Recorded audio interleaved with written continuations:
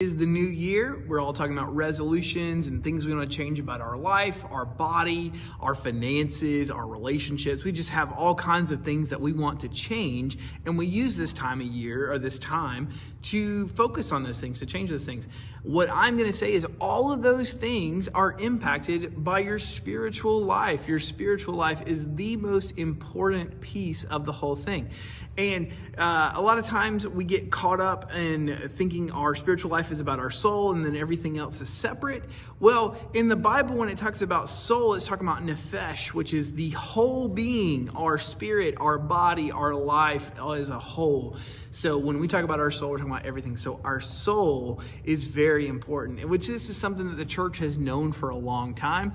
As a matter of fact, our church fathers came up with what they call a rule of life. A rule of life is a structure that we use to open ourselves up to the formation of God, but also to structure our lives in a way that honors Him. Now, the word rule is oftentimes a little off-putting for us, but it's not really, it shouldn't be, because it means trellis. It means something that holds us up and helps us be formed.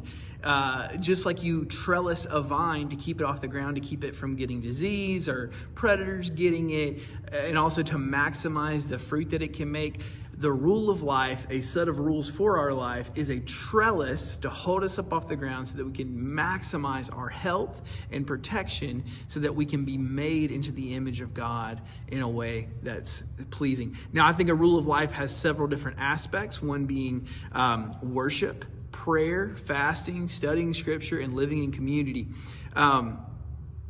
Kathleen Norris talks about this in the Quotidian Mysteries, where she says that it doesn't seem that God is concerned about our everyday lives, and if He is, He just wants to be like a cosmic cop. But in reality, He loves us so much that He wants to be with us, where the rules in Leviticus seem like madness and craziness for a God to talk about how we wash our hands and stuff. But God actually cares. He wants to be a part of your life in that intimate way. He wants to be there when you're making coffee. He wants to be there with you when you're driving through the drive-thru. He wants to be there with you when you're at work. So a rule of life helps lean into the God who wants to be a part of your life. So we're going to talk about that over the next few weeks. And I hope you'll join us back. One of those aspects was worship. And I just want to drop a quick plug. We're having a worship night on Sunday at 6:30 with Jason Tuggle from Mount Zion Wesleyan Church leading. We are going to talk about where God has brought us from and where He's taking us. I want you to be there. It's going to be a great thing. We're going to reveal some stuff about our new year in ministry, some focuses that are going to be changing here at CWC a little bit, and I'm excited and I want you to be a part. So join us here on Union Cross in Winston-Salem for a worship night at 6:30. See you then.